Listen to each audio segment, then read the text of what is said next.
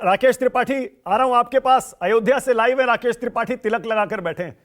आप अयोध्या में हैं राकेश त्रिपाठी, और यहां लखनऊ में सारी बातचीत जो है, दिल्ली में लखनऊ में सारा सीटों का बंटवारा हो जाएगा, टेंशन तो नहीं हो रही है?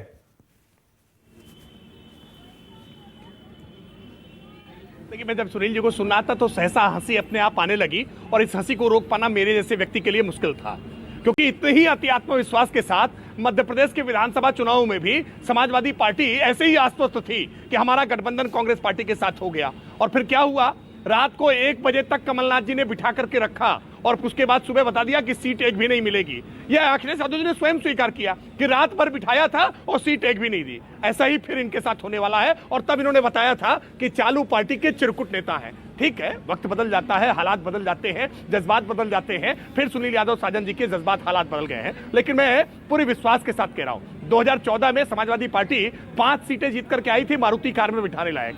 2019 के चुनाव में ये 3 सीटों पर आकर के टिक गए, धीरे धीरे कम होते होते रिक्शे पर बिठाने लायक। और इस बार साइकिल के करियर पर बिठाने लायक कोई व्यक्ति मिलेगा या नहीं मिलेगा, यह कहना मुश्किल है, क्योंकि उत्तर प्रदेश में मैं आज अयोध्या से बैठ करके जो वातावरण देख रहा हूं, पूरा उत्तर प्रदेश जैसा राममय है, पूरा देश जैसे राममय है, और जैसा लोगों का विश्वास है ये आस्था में तब्दील होते हुए दिखाई पड़ रहा है नरेंद्र मोदी के प्रति। और जब मैं ये कह रहा हूं तो केवल भगवान राम के पीछे चिपकर नहीं, सच बात यह है कि मीरा मांझी के घर में, इसी अयोध्या में प्रधानमंत्री जी जब चाय पीने के लिए गए थे ना, तो इनके पीडीए का एजेंडा पूरी तरह से ध्वस्त हो गया। 10 करोड़वां उज्ज्वला गैस का कनेक्शन मीरा मांझी को पहुंचा करके प्रधानमंत्री जी उसके घर चाय पीने गए। इन्होंने वीडियो देखा नहीं होगा, देख नहीं पाएंगे, क्योंकि वीडियो देखते तो इनके लिए अपने आप हृदय को संभाल पाना बहुत मुश्किल होता।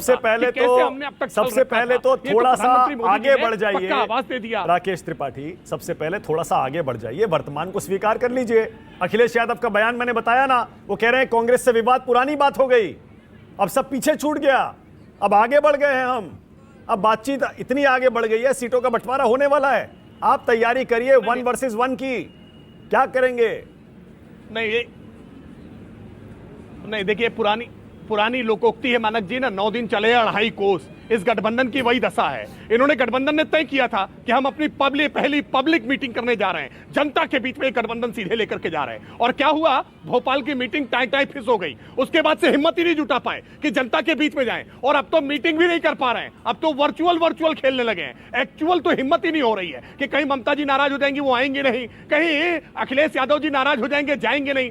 सच ये है कि इतनी मतभिन्नताओं से घिरे हैं, इनके बीच कोई नेता को लेकर के अब तक परामर्श नहीं कर पाया। अच्छा, एक निर्णय इन्होंने किया था कि कुछ एंकर्स का हम बायकॉट करेंगे, कुछ चैनल्स का बायकॉट करेंगे। क्या हो गया, उस निर्णय पर भी नहीं खड़े हुए, वो निर्णय की भी धज्जियां उड़ा दी। सच ये है कि इंडिया अलायंस ने अब तक कोई निर्णय ये सामूहिकता से नहीं ले पाए। हाँ, एक निर्णय लिया इन्होंने, पूरे इंडिया अलायंस ने मिलकर के निर्णय लिया कि कैसे सनातन का अपमान करना है। कमान संभाली उसकी स्वामी प्रसाद मौर्य ने उत्तर प्रदेश से, उसकी कमान बिहार से संभाली प्रोफेसर चंद्रशेखर ने, उसकी कमान संभाली उदयनिधि स्टालिन ने, उसकी कमान संभाली शताब्दी रॉय ने टीएमसी से पश्चिम बंगाल से, मैं समझ गया, कमान मल्लिकार्जुन खड़गे ने संभाल रखी है। सुरेंद्र राजपूत को, सुनील साजन को, बाकी राजनीतिक मुद्दों पर एकजुट नहीं, राजीव रंजन को अपनी पिच पर लाना चाह रहे हैं, मैं समझ गया। लेकिन आप ये जो बार बार सीट शेयरिंग पर सवाल पूछते हैं राकेश त्रिपाठी, मैं हर बार यही पूछता हूं, आप बता दीजिए कौन से राज्य में आपकी सीट शेयरिंग अब तक हुई है?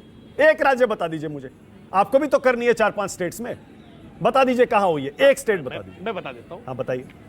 नहीं, मैं बता देता हूं, एक राज्य मानक जी बता दीजिए जहां भारतीय जनता पार्टी के किसी अलायंस पार्टनर ने कहीं आपके सामने, आपके कैमरे पर कोई आकर के सवाल खड़ा किया हो कि भारतीय जनता पार्टी के साथ हमारी बातचीत चल रही है, हमारी बातचीत नहीं हो पाई है, या हम भारतीय जनता पार्टी के साथ सहमत नहीं है। लेकिन समाजवादी पार्टी को लेकर के तो मैं विशेष तौर पर कह सकता हूं, ऐसा कोई सगा नहीं जिसको इन्होंने ठगा नहीं। सच ये है कि शिवपाल यादव और रामगोपाल यादव अब पार्टी में क्या स्थिति रखते हैं, यह भी कहना मुश्किल है। आज मैंने शिवपाल जी का बयान देखा, उसके बाद समाजवादी पार्टी कह रही है उनका व्यक्तिगत बयान है, यानी शिवपाल यादव का बयान भी अब व्यक्तिगत बयान होने लगा है। सच ये है, उन्होंने जब कहा पीडीए ना, तो इस पीडीए का मतलब हो गया था परिवार में डिंपल और अखिलेश, बाकी अब ना चाचा ना भतीजा, अब किसी की जरूरत नहीं है। तो पार्टी एकजुट नहीं कर सकते। और कांग्रेस पार्टी की स्थिति देखिए, न्याय यात्रा जिस दिन प्रारंभ करते हैं उसी दिन मिलिंद देवड़ा पार्टी छोड़ देते हैं। सच बात यह है कि मैंने आलोक शर्मा जी का बयान सुना, वो कह रहे हैं कि कमलनाथ भाजपा से मिल गए, यानी पार्टी का प्रवक्ता बता रहा है कि कमलनाथ भाजपा से मिल गए, पार्टी भयंकर अंतर्विरोध से ग्रसित है। अरे अपनी अपनी पार्टी संभालिए, गठबंधन नहीं कर सकते हैं। भारतीय जनता पार्टी के किसी अलायंस पार्टनर ने सार्वजनिक तौर पर कभी भी कोई बयान गठबंधन के विरुद्ध नहीं दिया है। हम एकजुट हैं, चट्टान की तरह एकजुट हैं, क्योंकि सबका मिशन एक है, तीसरी बार मोदी सरकार। ओके। हम हैट्रिक लगाने जा रहे हैं और गरीब कल्याण के जो ओके, मिशन लेकर सुनील के साहब, मोदी जी पहले आगे सुनील बढ़े, जवाब दे रहे हैं, 4.5 उसके बाद करोड़ सुरेंद्र मकान राजपूत। बनाए, एक सेकंड, तो 14 करोड़ घरों में ओके, हमने नल सुनील से साजन जल जवाब पहुंचाया, दीजिए भाई, तो 10 इतनी करोड़ लड़ाई से कर ज्यादा रहे उजाला हैं, के- इतनी बयान